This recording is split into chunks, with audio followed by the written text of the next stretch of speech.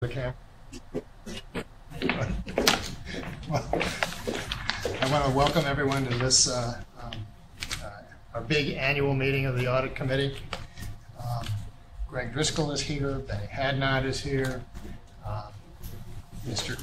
Coach, and Marie Zimmerman. Marie, welcome. Thank you. Can I, Before you start, Mr. Chairman, it would appear that the committee doesn't have a quorum. Under the existing rules, I can appoint myself as a member of the committee for the purposes of reaching a quorum so that you can conduct business. So the record should reflect that I am doing that right now. you appointed yourself a member of the committee. I have. Thank you for doing that. You're welcome, and you own it. The powers of the chairman. I think first up is the approval of the minutes of the last meeting. Does anyone have any comments or changes that they would like to make in those minutes? Hearing none, can I have a motion to approve the minutes? Paul? Second. Second. Motion, all in favor? Aye. Motion carries. Next up, the DASNY basic financial statements for the year ended March 31, 2017. Kim, are you going to do that, or is... Yes, I am. Okay. Thank you, John. Good afternoon, everyone. If I can turn your attention to the binder that we sent to you last week.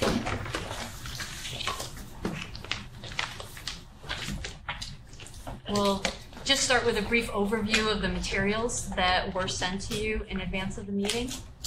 Really three components to the binder. The first 6 tabs relate to the financial statements for the fiscal year ended March 31st, 2017. The second section, tabs 7 and 8, address the annual investment report. And then the last section, tab 9, covers the annual public authorities report. So starting with the financial statements, if you look behind tab 1, there's a memo from me that lays out the various materials associated with the audit of our financial statements. The first item in the memo relates to tab 2, where you have the independent auditor's report, or their opinion, on DASNY's financial statements, as well as our management's discussion and analysis, or MD&A, the basic financial statements, and the accompanying footnotes.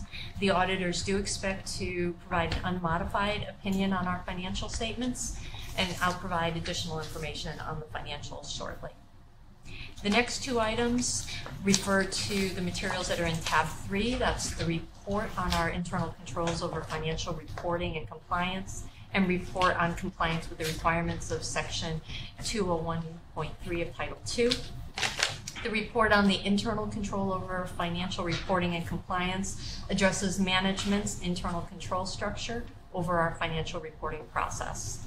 During the testing, the auditors didn't find any significant deficiencies or material weaknesses involving our internal controls, and there were no instances of non-compliance with our applicable laws and regulations. The report on compliance with the requirements of section 201.3 of Title II relates to DASNY's responsibilities for complying with the state comptroller's investment guidelines, as well as DASNY's investment policies and guidelines. Here too, the auditors expect to issue an unmodified opinion. The next item is a management letter from KPMG. There will not be a management letter from them because there were no recommendation or comments associated with significant deficiencies or material weaknesses. The next item is the auditor's report on the supplementary information. That's in tab 4. That information is given to you to provide additional details behind the financial statements. The information includes our budget and actual expenditures for DASNY's operations, schedule of outstanding bonds and notes, and schedules that break out the financial statements between our public and private clients, and for the statement of revenue, expenditures, and changes in net assets. It also differentiates between our conduit debt and DASNY's internal operations. KPMG's report on those schedules states that the information is supplemental. It's not a required part of the financials. It's been subjected to auditing procedures applied during the course of the audit. And it's fairly stated in their opinion when taken in relation to the financial statements taken as a whole. The next item is the required communications letter to the audit committee. That's included in tab 5. The report describes the auditor's responsibilities and provides them with a form to communicate certain information to the audit committee. That kind of information may include significant or unusual transactions, significant audit adjustments, reserves for uncollectible accounts, disagreements with management, serious difficulties that they encountered during the audit. KPMG will be reviewing that information momentarily. The last item, tab 6, is a glossary of financial terms. That's really just to assist you in your review of the financials, to point out some of the terms that you may not be familiar with. We're required to submit our basic financial statements as well as the auditor's report to the Office of the State Comptroller by the end of the month. During tomorrow's board meeting, there will be a resolution for the board to approve adoption of the statements for the year ended March 31st, 2017. Unless there are any questions, I will turn it over to KPMG. None here. Seeing no questions, thank you for having us today. We appreciate the opportunity to present to the audit committee the results of our audit once again. You've been introduced to the members of the team here. The one member of the team, the young man out in the first row there in the gallery, is Dave Kovaleski. He is our engagement senior associate, the field general, if you will, the guy leading the troops here on the ground on a day-to-day basis. So again, we appreciate the opportunity to present. We have the presentation here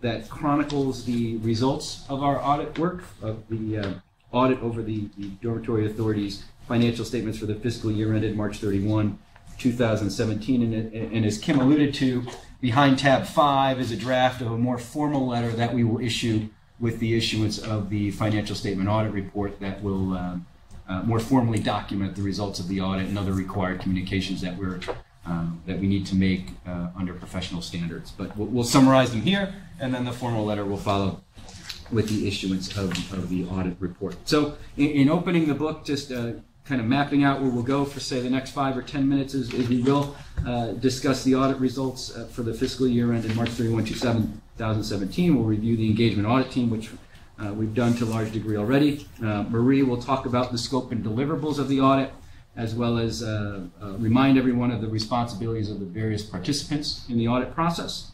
From there, Jeff will tackle the heavy lifting and cover the summary of the audit results, talk about how we considered fraud as part of the audit process, and then lastly talk about the involvement of specialists that we had as part of the audit and the remaining audit items left to come after the issuance of our audit report on the financial statements.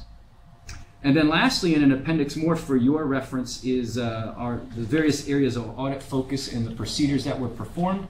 Those procedures did not vary substantially from the audit approach presentation we had back in, I believe it was October of last year when we kicked off the audit. So we're not going to go into them because there's not much change since October, but we have it there for your reference. If, overnight you take a look at the procedures and then there's anything you want to talk about, we'd be glad to take any questions tomorrow before the board meeting or during the meeting. So with that, we'll get into the presentation proper, and on page 5 you can see our engagement team schematic. Again, the names and the roles have not changed since the audit plan. I serve as the lead audit engagement partner. Benny here to my right is the partner that coordinates the work that is performed by Watson Rice as part of the audit. Marie serves as a consulting partner, helping us with risk assessment, audit approach and planning, and review of the financial statements in the audit work.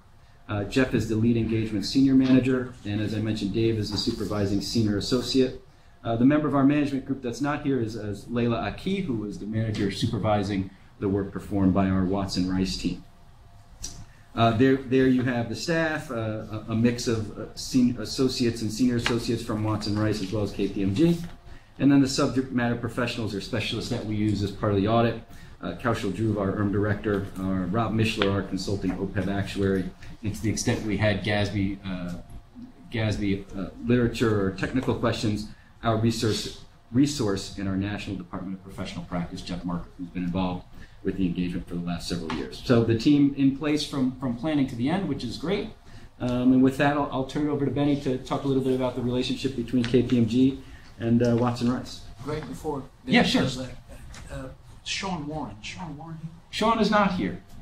What does the engagement quality control review partner? Sure. So I should have mentioned him. Thank you for reminding me, Mr. Chair. So our engagement quality control review partner, there is a second partner assigned to all KPMG audits as a quality control measure. So Sean's responsibility, he does a review of the financial statements and provides commentary, which has been completed at this point. Sean also reviews certain planning screens or certain planning determinations at the beginning, what our materiality will be, audit approach and the like, as well as any significant audit areas. If we have a particularly challenging transaction, if you will, he'll look at the approach we took and the work we've done, as well as certain completion screens, reassessment of materiality, conclusions on risk assessments, that sort of thing. So DASNY staff doesn't really have any exposure to Sean? He Does not. Okay. And that's not unusual. Where that type of exposure comes into play is if there is a challenging issue that may need more technical discussion, expertise, consideration.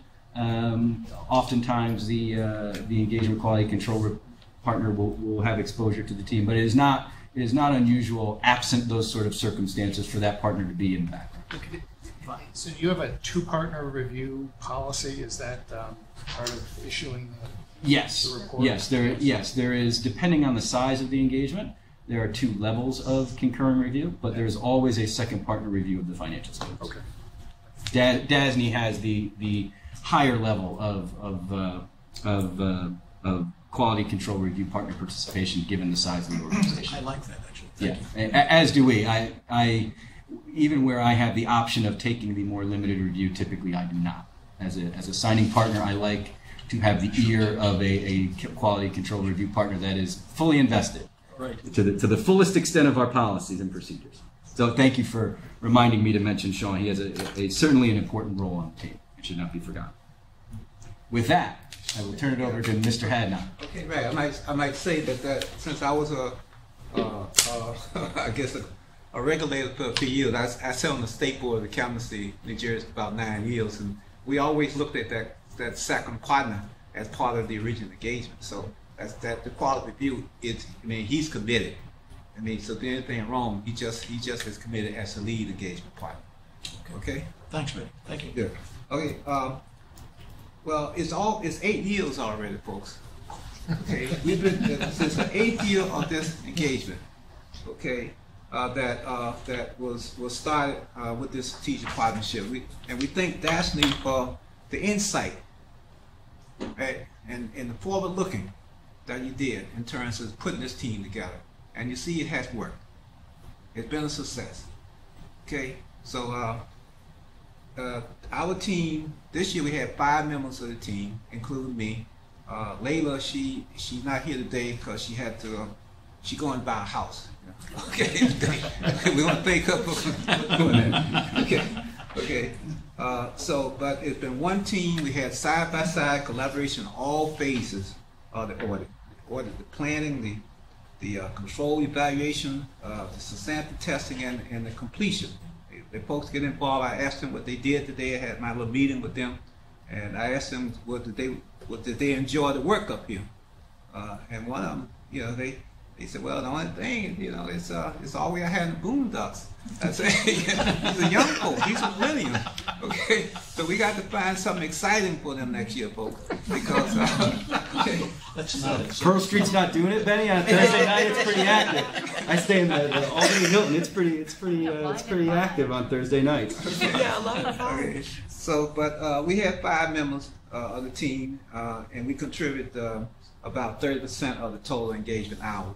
So, we was pleased. They enjoyed the team, and they thought that KPMG treated them very professional and very nice. So, from that, I also rated as being successful. So, Okay, so Great. Greg, we move forward. It's perfect. Thank you, Benny. I think Marie's going to pick it up from here and talk to you about scope and deliverables. So we're going to talk about scope a little bit on page 7. I know Kim summarized our deliverables very well. We also have it listed here. We will be issuing our auditor's reports on the basic financial statements. We will have an unmodified report, which is our clean opinion. Our opinion provides reasonable but not absolute assurance that the financial statements are free from a material statement, whether from error or for fraud. We will issue a report in relation to report, as Kim noted, over the supplementary information, and as well as our report on internal controls over financial reporting and compliance and other matters as it relates to the financial statement. And that's performed in accordance with the governing audit standards, which is our Yellow Book report. As Kim noted, we will not be issuing a management letter because we did not have any findings that warranted that this year, which is a testament to your internal control structure. We will have a report over the compliance of your section 201.3, your investments. And then we'll have the required communication letter that Greg talked to the audit committee. Moving over to our responsibilities. As we've listed in our planning discussion and noted on slide 9, we have management's responsibilities to the left of the page, and then to the right we have KPMG's responsibilities. Management is responsible for adopting sound accounting policies and establishing internal controls. We thank management for providing all financial records and related information to us in a timely manner as we went through this audit. We know that this is in addition to their day job, and we appreciate that each year. The audit of the financial statements, the one thing I do want to highlight at the bottom of the page is the audit of the financial statements do not relieve management or the audit committee of their responsibilities. KPMG is responsible for conducting a sound audit in accordance with professional auditing standards. Those include the AICPA and the governmental auditing standards. We do plan and perform our audit. As Benny noted, we have a long outstanding relationship with DASNY and Watson Rice, 8 years working here. So we do plan and perform our audit to ensure we have professional skepticism as we go through that each year. We do take a fresh look at those risk assessments and make sure that we challenge ourselves to continue with those professional skepticism. So in those responsibilities, we've kind of summarized a lot of them previously, and here they are, and that's the one that I wanted to highlight today. With that, Jeff, do you want to take us through our results? Sure. So going through the summary results on page 11, starting with the first column on the basic financial statements. As Greg alluded to, there have been no significant deviations from the audit plan presented back in October, so everything went according to plan and there were no deviations. As we've talked about a couple times today, there will be an unmodified opinion that is expected to be issued over those basic financial statements. DASNY's accounting policies in the financial statements are described in Note 2, and they're generally consistent with those that have been applied in prior years, with the exception of the adoption of GASB Statement Number 72, which has to do with the fair value measurements and application, and resulted in new disclosures as part of your financial statements. We've had discussions with management about the quality of the accounting policies applied in the financial reporting as well. We did not identify any transactions that were both significant and unusual or that lacked authoritative guidance or consensus. During the audit and preparation of all financial statements, there are some estimates, and a couple of the estimates that we did evaluate relate to the OPEB liability, the net pension liability, and the interest rate swap valuations. We did not have any proposed corrected or uncorrected audit differences, nor did we identify any material weaknesses or significant deficiencies in internal controls over financial reporting. Through our inquiries and discussions with management, we were not made aware of any consultation by management with other accountants regarding current year transactions. There were no major issues we discussed with management that were the result of a condition of the engagement. We had no disagreements during the engagement with management, nor did we encounter any significant difficulties while performing the audit. There are no unresolved accounting or reporting issues. There are 2 written communications that management provides as part of the annual audit to us, the first being the engagement letter, which is provided at the beginning of the audit, and the second being the management representation letters, which management will be providing to us prior to the issuance of the financial report. Moving over into column 2, the next bullet has to do with the reports on the investment compliance and supplementary information, and both those we plan on issuing unmodified reports as expected and has been previously discussed. With regard to management letters, in the course of the audit, if we identified any management or any items that we felt warranted discussion to the board or communication to the board, we would typically issue a management letter. During this year's audit, we're happy to report we didn't identify anything, and we will not be issuing a management letter. The last item on here is independence, and we do confirm to you that we are independent audits with respect to DASNY under relevant professional and regulation standards. In evaluating this conclusion, we did evaluate one relationship, which we have discussed in prior audit meetings here, between a DASNY board member and his son, who is a manager in our office. We identified and looked at that relationship and noted that it did not bear any significant threats to our independence. That individual does not perform any services on the DASNY engagement. Moving on to page 13, where we talk about the consideration of fraud. We do consider fraud in all of our audit procedures as required by the professional standards. We perform a fraud risk assessment to identify what fraud risk may exist at the DASNY organization, one being management override of controls. We make inquiries of certain members of management, internal audit, and others with the entity about fraud, their knowledge of any occurrence or any non-compliance they may have been made aware of, and no matters were brought to our attention. In response to that fraud risk associated with management override of control, we tested manual journal entries in connection with substantive audit work, as well as any post-closing adjustments that would have been made to the financial statements. We also look at the significant counts of cash, investments, and bonds and notes outstanding, and confirmed 100% of those balances and had no issues there. We reviewed any significant accounting estimates for indication of management bias, and we updated our understanding of DASNY's ethics and accountability programs. And during all these procedures, no instances of fraud were identified. Page 15 just runs through some of the involvement of specialists, and some of the specialists that we've already talked about have to do with our information risk management with Constable Drew, who we test IT general controls under the J.D. Edwards and SunGuard system and certain application controls to try to reduce the level of risk as part of our audit procedures, and no significant matters were identified. We do have a tax specialist review DASNY's tax exempt status and noted no issues there. And also we have an actuary that takes a look at the OPEB obligation on an annual basis and evaluates whether the methods and assumptions utilized by DASNY are reasonable, which no exceptions were noted. One other item we do have with regards to the investments is that under our firm policies, we do evaluate 100% of your marketable securities and know that the valuations came back as reliable with no exceptions. As we talked about previously, we do also have the engagement quality control review partner who participates in our planning discussions, reviews the significant areas, and reviews the financial statements. The last item here is the remaining audit items, and as we talked about, we will be obtaining the written representation letter from management prior to the issuance of our reports. Later on during the year, we will issue the independent audit report on the 35 individual DASNY statements for the required issuances. And then DASNY typically puts together their annual report, to which we're provided and review that prior to the issuance of that report. We'll take a look at that and make sure, similar with MD&A, that it's comparable and consistent with what's provided in the financial statements. With that, I'll turn it back over to Greg. With that, before you do that, Sure. Kim, I don't think it's premature to say congratulations. That was an outstanding tribute to what you are doing here.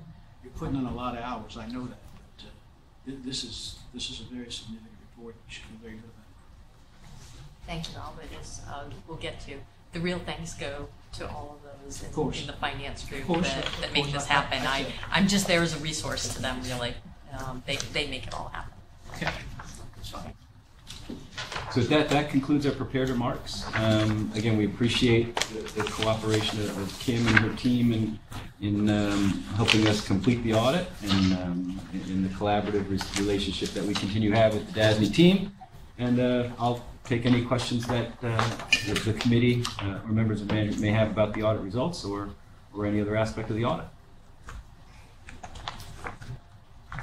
Anyone? I have a few, but I'm going to wait for the committee members. First of all, thank you for your report, and again, congratulations to Ken on obviously a great effort. Since I'm new to the board, and this has been an engagement that's been going on for several years, I'm curious just sort of about the arc over these years. There's no management letter issued this year. Has that been the case every year, or? Yeah, so to give you just a little bit of background on history, I've been the lead engagement partner for the past 4 years, and at least during my tenure, that has been the case. There has been no management letter. We've had observations, smaller observations here and there along the way that we've made orally to management, and they've considered, but nothing in my tenure that's risen to the level of documentation in the management letter, nor have there been material weaknesses or significant deficiencies in internal control. So, sometimes when you're on a good arc, the improvement may lay flat, but it's at a high level of the bell curve, if you will, in my 4 years. And Marie, I think you served as an engagement manager on one or two prior to me, and I take it the same results during your time. Same results. We had observations sometimes in the GITC environments, but nothing that would warrant to the level to be reported. So, and as far as the preparation of the financial statements, again, it continues to get better every year, just with the passage of time and fresh set of eyes with Kim, maybe taking a fresh perspective in areas like the MD&A and in improvements around the communication of information around the financial statements. But as far as the DASNY team's preparation of the financial statements, it continues to be timely. It continues to be proficient at first blush. We don't have several iterations of the financial statements as I do with other clients. It's I don't want to say one take, Charlie, but 2 or 3 takes is about all we get, which is much appreciated on our end to have a making sure management presents a quality product the first time through. It helps us from an audit perspective, and to have that level of attention and review the first time through with a first draft certainly makes the audit process go much more efficiently. So I would say, again, consistent, but consistently at the top of the scale, in my view, for my 4 years. Thank you. And I guess the other question, you sort of touched on this briefly again. Over an 8-year engagement, becomes a strong working relationship, sure, which is a plus. Yep. But maintaining the independence, sure, is always an important. Yeah. Yeah, and in fairness, I mean, the 8-year relationship, I believe, is a relationship with Watson Rice. KPMG has been the auditors for the Dormitory Authority longer than 8 years. The number escapes me now. It's 10, 15 would be my sense. So what we have in place, where we look at that professional skepticism, is with our own firm policies for rotation requirements of the various team members, as well as somewhat bestowed upon us through the Public Authority Accountabilities Act. There are certain partner rotation requirements for audit engagements of public authorities. So maybe start with the law. There is a 5-year mandatory rotation requirement for the lead engagement partner as well as the concurring review partner. So I am on year 4. I have 1 more year left in my tenure. And Sean is in year 2, so he's got 3 left. So we stagger it so that we have the partner and concurrent review partner kind of change in the middle of the stream, so that you get that fresh perspective in the middle of the lead partner's tenure. And then we have mandatory rotation requirements for the various levels below partner, and typically that's a 10-year run. And at the lower levels, the staff, just by way of promotion, the staff will typically turn over as well. Where, Dave, we had a senior associate, Grace Katchigan, who served for I believe 4 years at the lower levels up through senior associate, was promoted to manager. Jeff was in place, so Dave took her place as a senior associate. So there's a cycling at the lower levels as well, just through the normal promotion process and graduation to different levels. So beyond firm rotation, we think that the various members of the engagement team rotate on a frequent enough basis to maintain that fresh perspective, yet still retain the institutional knowledge of the firm. Thank you. Sure. If we could go to tab 5, the letter to the audit committee. Sure. Thank you all very much. First of all, I felt good about it. It's a good look. Yeah. And I'm sure John did too. Mm-hmm. I tend to live in the weeds with you guys whenever I happen to be in one of these meetings, and so forgive me if I just go way, way over the top. It's okay. If you look at page 3 to 4, yes, and you look at the conclusions of each of those paragraphs, the first 3 paragraphs, the OPEB cost and liabilities, the uncollectible receivables paragraph, and the fair value on the interest rate swaps paragraph. Yes. Your conclusion is that management's judgments and accounting estimates are reasonable in relation to the basic financial statement as a whole. Correct. Like that. Now go back to the one that immediately preceded those 3. Okay. Which is the Employee Retirement System, ERS, estimates, judgments. Yes. The last sentence reads, we evaluated the key factors and assumptions in the actuarial evaluation, blah, blah, blah, blah, blah. We Yep. reviewed the schedules, blah, blah, blah, blah, and reviewed the accounting entries for the amounts provided, and determined that the pension amounts appear reasonable in relation to the consolidated financial statements as a whole. And I just wondered why the difference.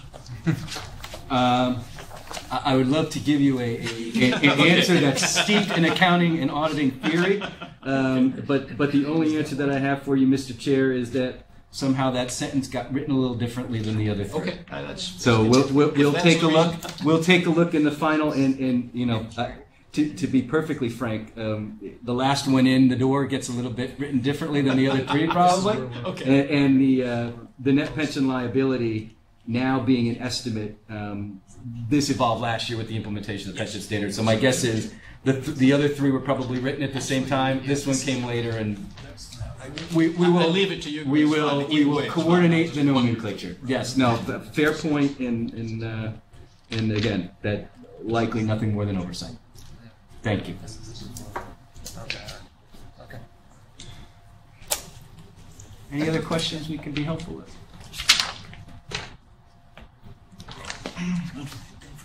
Thank you, Greg. I appreciate the time Thank this you. afternoon, and look forward to presenting to the board tomorrow.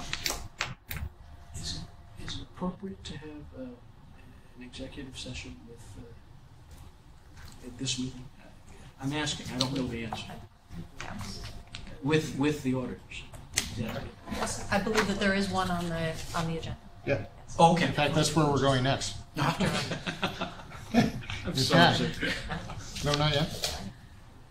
Oh. Okay. Greg, Okay. thank you, Greg.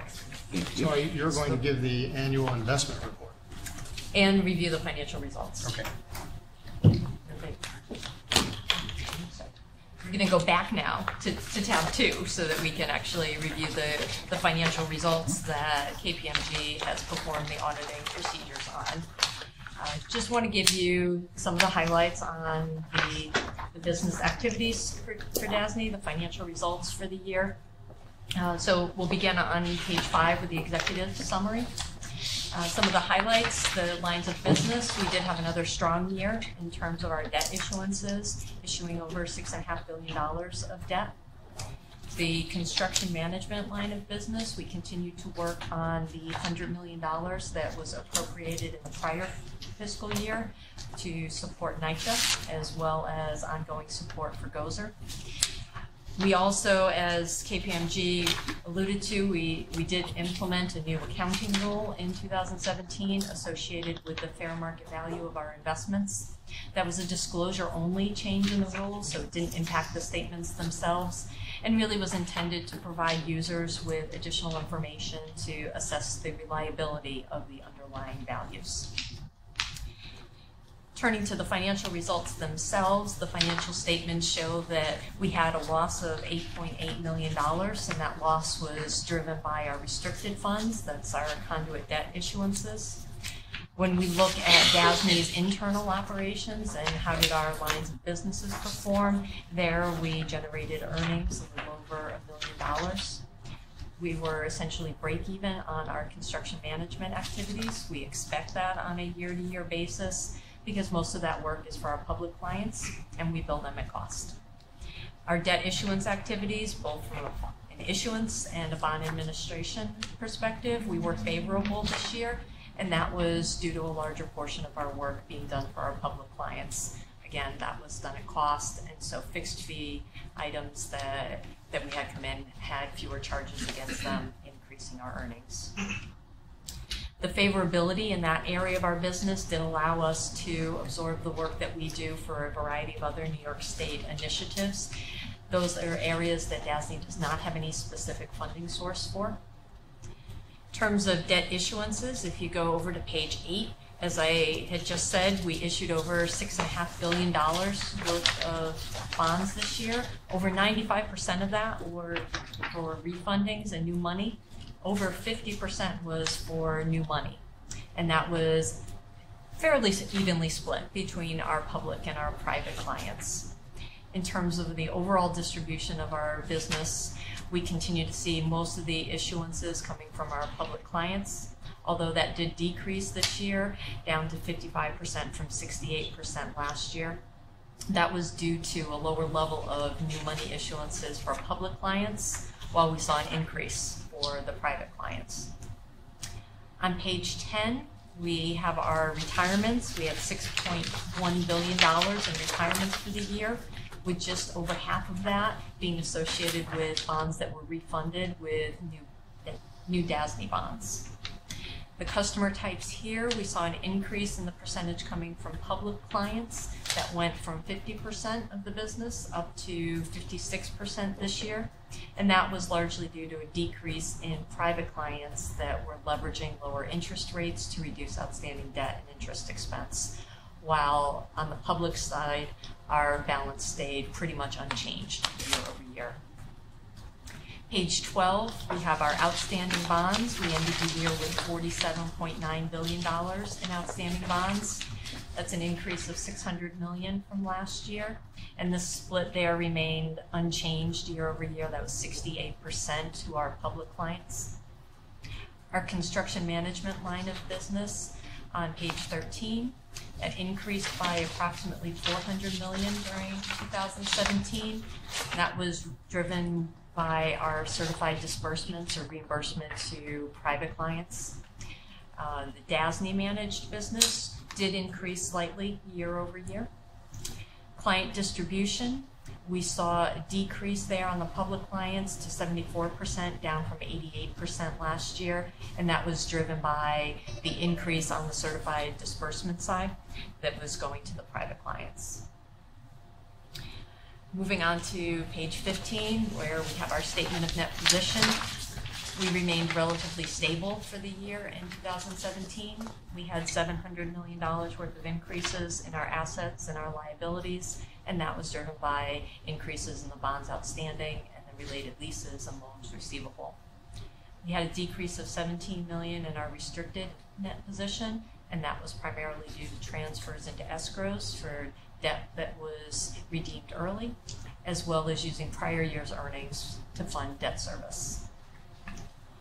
Our investment balances are on page 16. We ended the year with $3.7 billion in investments. That was essentially unchanged from 2016. The investments, over 80%, are related to either funds invested for construction projects and grant programs that are financed by DASNY bonds, or funds issued for future debt service obligations. Are there any questions on the financials before I move to the investment report?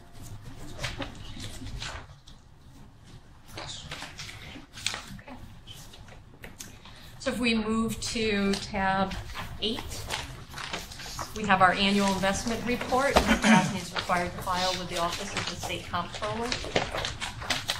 The report includes our investment guidelines, our financial statements, as well as summaries of our investment income and fees paid during the year. We did have one change in our investment guidelines during the year. In February 2017, the board approved adding irrevocable letters of credit that are issued by federal home loan banks to our list of acceptable collateral.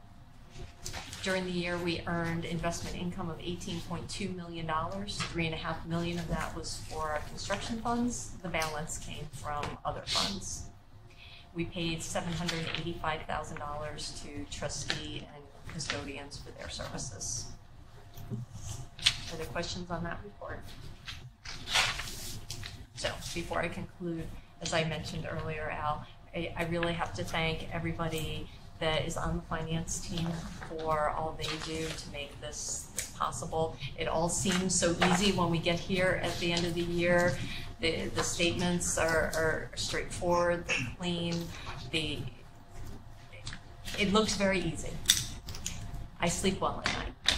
But behind the scenes, it's extremely voluminous and very complicated. I rely on the experience, the knowledge, and the dedication of the staff in the finance department.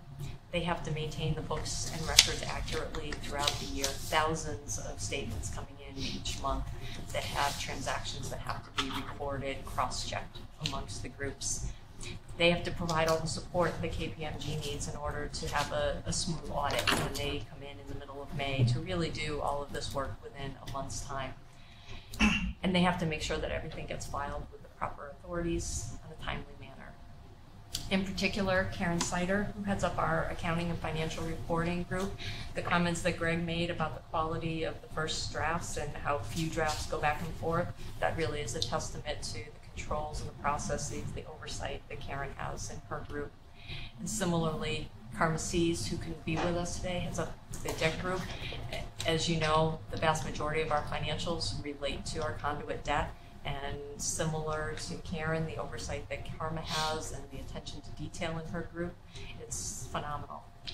Kim Ellis, who heads up our investments group, makes sure that we are following all of those rules and the thousands of accounts, making sure that those are all kept in good order. You know, everything is in accordance with our guidelines. We're invested properly.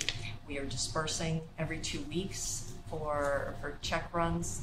Heidi Lench in our accounts payable area heads that up. She has to make sure that things are recorded in the appropriate period, and for the amount of volume that goes through, that's no easy task at the end of our fiscal year. Jeff Arnold, who handles our budget group, he takes care of DASNY's operating accounts, bills all of our public clients, and handles the pension and the OPEB work at the end of the year. So thanks to all of them, because without their dedication, their support, oversight of their teams, this would not be possible. Absolutely would not be possible. So I thank them. And with that, I will turn it back over to the chair. Before that, why don't I simply say then, thank you for your leadership. You're here. It's a monumental effort. It's conducted with grace and efficiency. And it's a low drama meeting. I like that. Those are good. Those are great. Those are very good. You do make it look easy. That's right. But thanks to you and the team, and congrats on a good team. May I have a motion to go into executive session to discuss the financial and credit history of a particular corporation? Thank you, Paul. We're in executive session. We are out of executive session. Let the record reflect that we took no action during executive session other than to come out of executive session. And with that, Gerard, would you like to give your report on the Public Authorities Accountability Act? Yes, thank you very much. Good afternoon, and I'd like to thank Kim and her team for leading this initiative and getting us to the finish line, so thank you very much.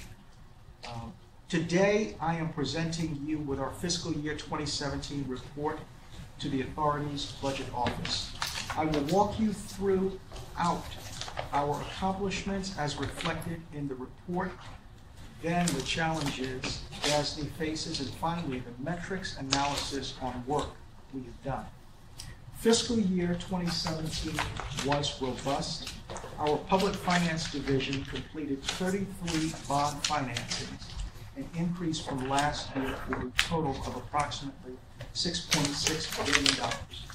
They also completed 8 lease transactions with a total value of approximately $142 million under our tax-exempt leasing program. This included the $829 million issuance on behalf of New York University, the largest private client transaction in DASNY's history. Construction expenditures on DASNY managed projects totaled approximately $633.7 million. We ended the fiscal year with a pipeline of 949 projects valued at almost $6 billion. In September, we formally broke ground on the largest current project, the $250 million South Beach Psychiatric Center in Staten Island. We also achieved a 29.1% MWBE participation rate on our contracts, even as we continue to execute on older contracts that had goals established before the governor's current 30% target. We also had our 40th Leadership in Energy and Environmental Design certified project. During the fiscal year, we worked with the New York State Department of Health to streamline the reimbursement process for bond finance capital expenditures for private healthcare clients to speed up their ability to access their own funds. We also achieved a number of process improvements internally through technology enhancements. This included automating tasks associated with check runs to reduce staff hours per check run, replacing Windows 7 with Windows 10 to enable greater mobility, and implementing Microsoft's Power Business Intelligence to present data in a dashboard-style format that improves visibility into business operations. We also transformed DASNY's annual report and marketing materials to improve our client outreach strategy. And finally, we launched an MWBE surety bond training program to help MWBEs on their path to becoming prime contractors. So all of these successes, there are also challenges. Our success in public finance and construction certainly didn't come without challenge. As you know, we have taken a number of steps in recent years, including the last fiscal year, to improve our ability to better compete for public finance business and are working to reduce construction overhead costs, particularly on smaller projects. While we experienced a total drop in the value of financing transactions, we did see a slight increase in private client issuances. At the same time, though, private clients also continue to refund away from DASNY. DASNY's public finance business has been impacted significantly by the proliferation of local development corporations issuing tax-exempt debt.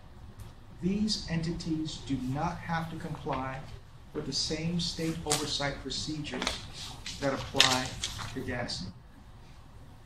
The rise of LDCs is compounded by the narrow spread between tax-exempt and taxable bonds. A number of DASNY private client borrowers have elected to finance taxably on their own. In construction, expenditures rose, as did the number of projects. This represents a continued shift from larger, complex projects to smaller ones, which creates a challenge to maintain a competitive cost structure. We are continuing to address these challenges in the current fiscal year by focusing our operational efficiencies and enhanced client outreach. The metrics analysis reveals some of the challenges we face on the ground in project delivery.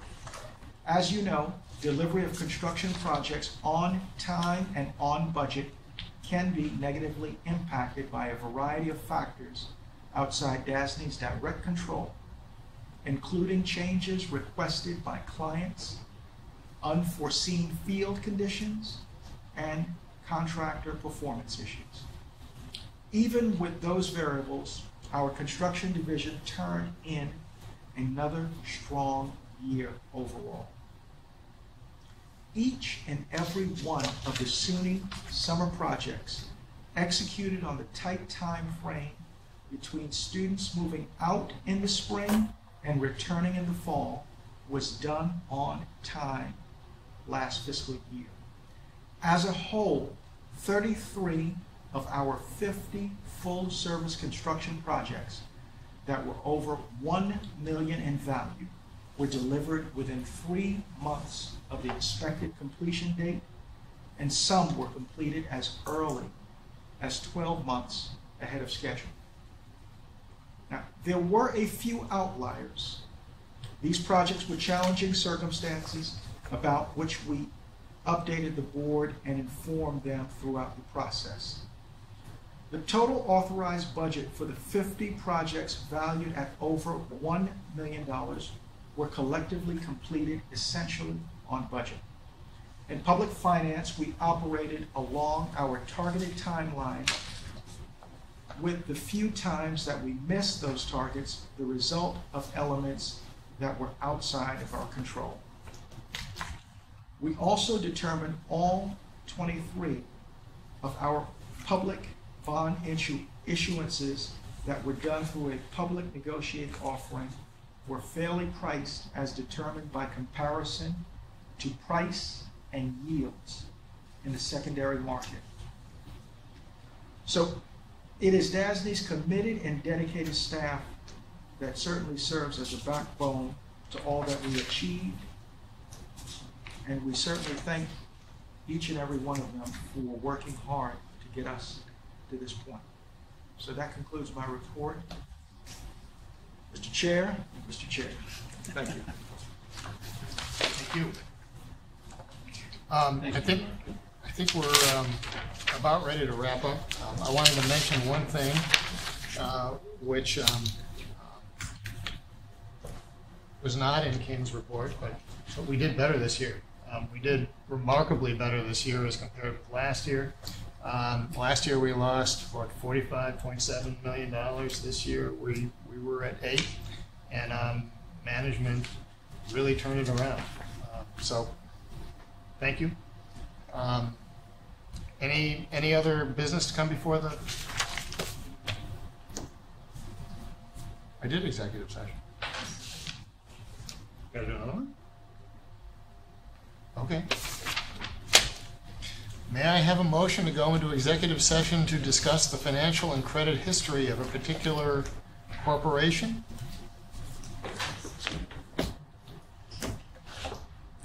So moved. Sorry. Thank you, Al. We are back in executive session. And we've come out of executive session. Let the record reflect that we took no action while we were in executive session other than to come out of executive session. Kim, would you like to describe the issue before us? Thank you, John. The final item before us today has to do with KPMG's contract. This audit will conclude the third of 3 years under the contract that we entered into with KPMG. They have an option for 2 individual 1-year extensions. They have proposed a fee that is a 3.5% increase in their fee from this year. That fee is $378,500. Management is recommending that the audit committee consider extending that 1-year option for KPMG's contract at this time. I move that we accept management's recommendation. Second. Call for a vote. Aye. Aye. The motion is approved. Thank you. Can I have a motion to adjourn? So moved. Aye. We're adjourned.